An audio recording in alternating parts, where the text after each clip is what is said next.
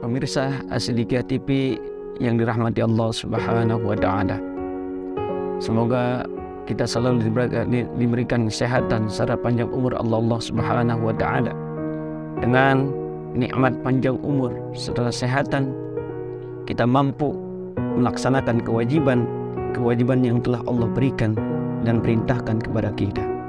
Semoga kita selalu diberikan serta dijadikan oleh Allah sebagai hamba-hamba yang muttaqin. Salawat serta salam semoga selalu tercurahkan kepada junjungan Nabi besar Muhammad sallallahu alaihi wasallam, kepada kerabatnya, para saudaranya, serta para sahabatnya, dan kita selaku pengikutnya yang setia hingga akhir zaman ini, mudah-mudahan mendapatkan syafaatul ujmanya dari beliau di yaumil qiyamah nanti. Amin ya Allah ya rabbal alamin. Pemirsa yang dirahmati Allah Subhanahu wa Ta'ala, membuka kisah daripada Nabi Allah yang keempat, yaitu Nabi Hud alaihi salam setelah Nabi Nuh alaihi salam.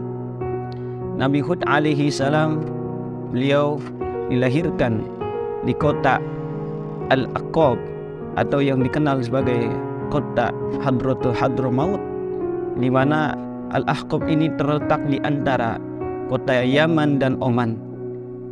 Hadramaut, ia terkenal sebagai tanah yang subur, memiliki tanah yang subur yang diberkahi oleh Allah Subhanahu wa Ta'ala. Seiringnya berjalannya waktu, Nabi Hud alaihissalam adalah cucu daripada Nabi Nuh alaihissalam.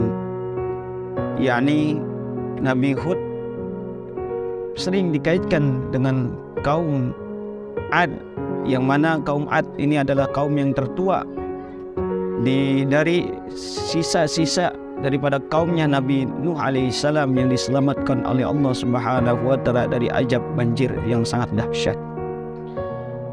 Begitu juga Nabi Hud alaihissalam, yang mana dari keturunan atau dilahirkan daripada keturunannya Nabi Nuh alaihissalam. Kaum Ad ialah kaum yang tertua pada zaman masanya, dan juga diberikan oleh Allah memiliki perawakan yang sangat besar, tinggi besar, dan sangat kuat, sehingga mereka mampu memperkerjakan sehari-hariannya dalam bekerja dengan optimal.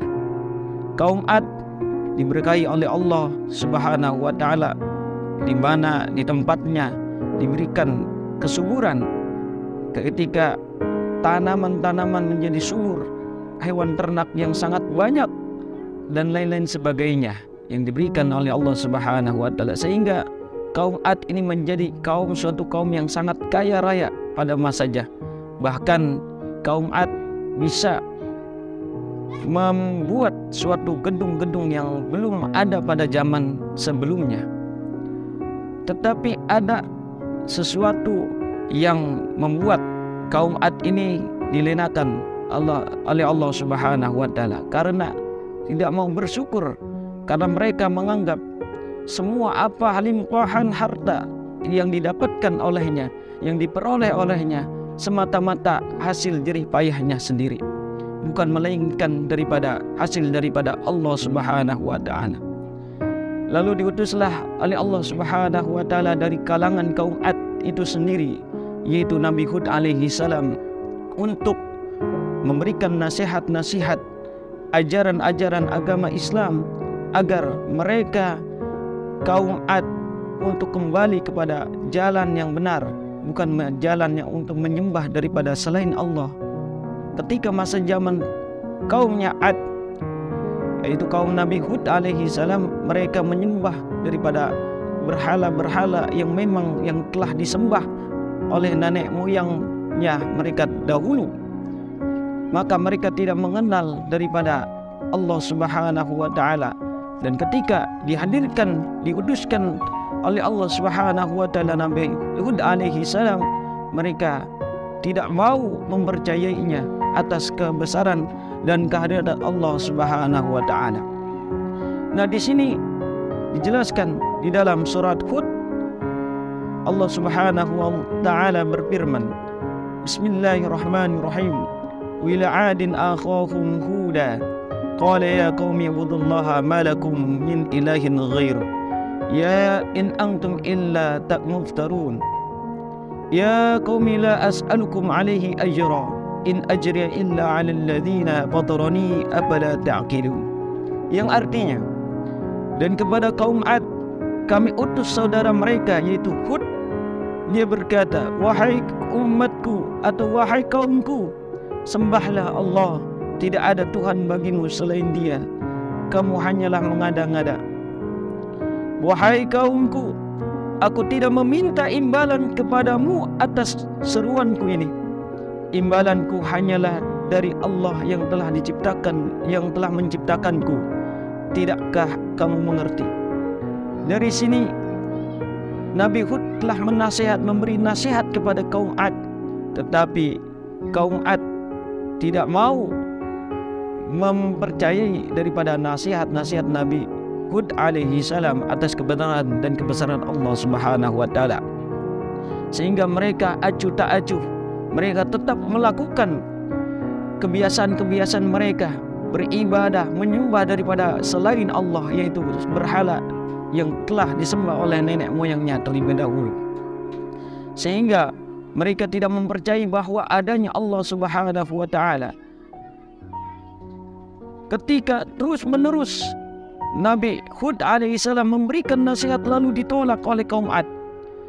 Lalu peringatan ini diabadikan oleh Allah Subhanahu wa taala di surah Al-A'raf ayat 70 yang berbunyi bismillahirrahmanirrahim. Qalu ajitana lina'budallaha wahdahu wa nadhar ma kana ya'budu aba'una fa'tina ta'iduna in kunta minas shadiqin.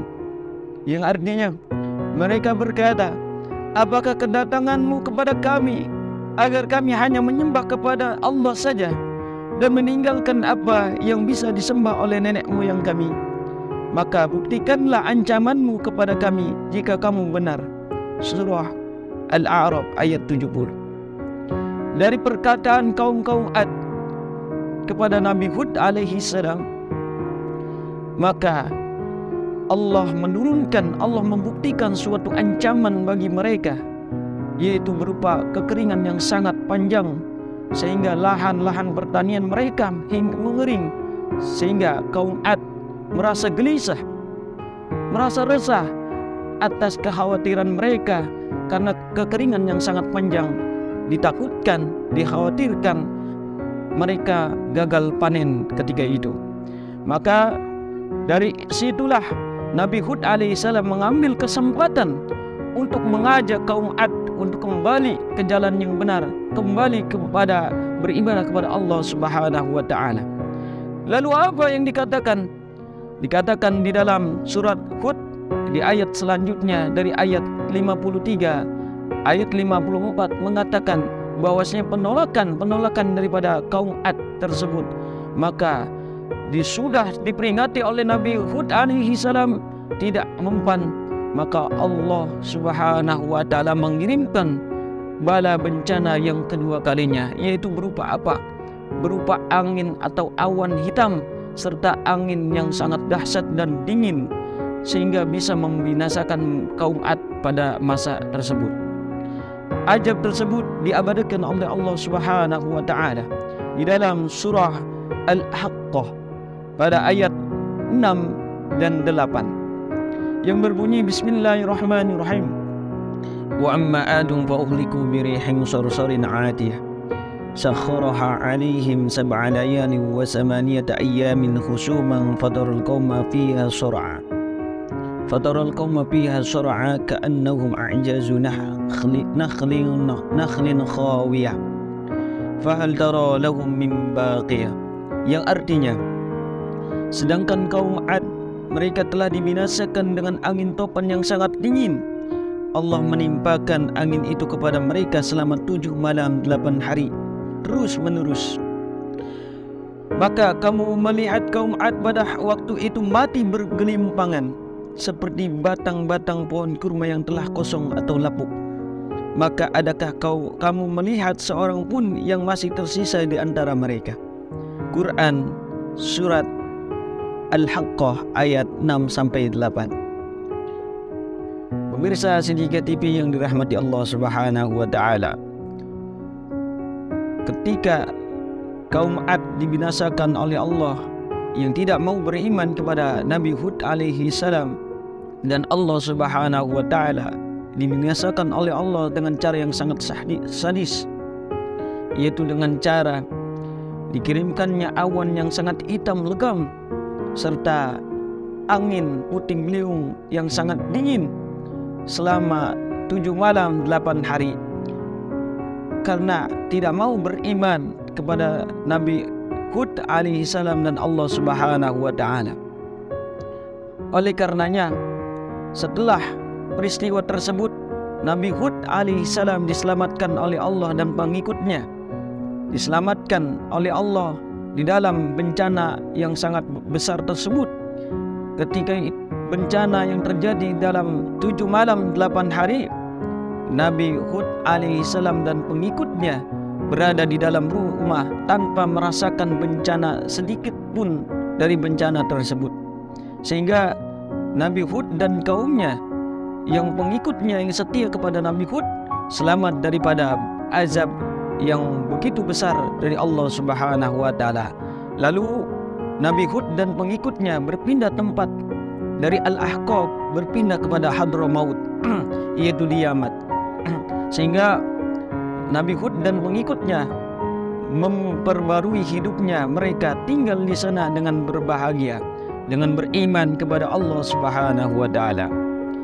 Pemirsa Sidika TV yang dirahmati Allah Subhanahu wa taala, kita bisa mengambil iktibar atau mengambil suatu pelajaran-pelajaran daripada kisah Nabi Hud alaihissalam dan kaum Ad, yang mana ketika kaum Ad diberikan oleh Allah begitu kekayaan yang sangat luar biasa, keberkahan-keberkahan diberikan oleh Allah Subhanahu wa taala dengan kehidupan yang begitu tidak menyulitkan, begitu nikmat, diberikan kekayaan, diberikan hewan ternak yang sangat banyak, diberikan tanah yang subur sehingga bisa menanam pangan, makan pangan dan memanen, dan luar biasa hasilnya. Sehingga diberikan perawakan-perawakan yang sangat bagus, sangat kuat, sehingga menguntungkan bagi mereka dalam memperkerjakan sehari-hari mereka. Kita bisa ambil dari itibar semua apa yang kita dapatkan, kita diberikan oleh nikmat dari Allah Subhanahu wa taala, tidak semata-mata bukan dari karena Allah Subhanahu wa taala, akan tetapi apa yang kita dapatkan dan kita milikkan itu semuanya hanya dari Allah Subhanahu wa taala, dan kita harus bersyukur dengan cara beribadah dan menjalankan suatu kewajiban-kewajiban yang telah diberikan atau diperintahkan oleh Allah Subhanahu wa taala, agar kita tidak jauh jalur daripada kebenaran yang telah Allah berikan melalui baginda Nabi besar Muhammad sallallahu alaihi wasallam. Dan juga di dalam peristiwa ini kita selalu bersyukur. Maka di dalam firman Allah di dalam surat lain mengatakan, la in syakartum la azidannakum wa la in kafartum inna adzabi lasyadid. La in syakartum, apabila kalian mensyukuri nikmatku, la azidannakum, aku akan tambah nikmatku, wa la in kafartum, akan tetapi kalian mengkufuri nikmatku, inna adzabi lasyadid, sungguh azabku sangat pedih. Para pemirsa, peristiwa kaum Ad yang tidak mau bersyukur kepada Allah, malah menyelimpang daripada kebenaran Allah Subhanahu wa taala, bisa dibinasakan oleh Allah dengan sekejap mata. Kita selaku umatnya Nabi besar Muhammad sallallahu alaihi wasallam, dengan tuntunan-tuntunan Al-Quran, mari kita selalu, alangkah indahnya kita selalu mensyukuri atas nikmat-nikmat Allah. Dengan cara apa? Dengan cara melakukan kewajiban-kewajiban yang telah Allah berikan. Di adapun mukjizat daripada Nabi Hud alaihi salam itu sendiri, yakni Nabi Hud alaihi salam diberikan oleh Allah mukjizat sebagaimana ketika kaum Ad merasa kekeringan pada saat itu, Nabi Hud alaihissalam diberikan oleh Allah bisa menurunkan hujan. Yang kedua, Nabi Hud alaihissalam diberikan oleh Allah umur yang sangat panjang, sekitar 130 tahun lamanya. Mungkin itu saja dari Al-Faqir. Mohon maaf apabila ada kata-kata yang kurang, yang tutur kata yang keluar daripada mulut Al-Faqir tersebut. Al-Faqir mohon maaf. Wallahu muwafiq ila aqwamit thariq. Assalamualaikum warahmatullahi wabarakatuh.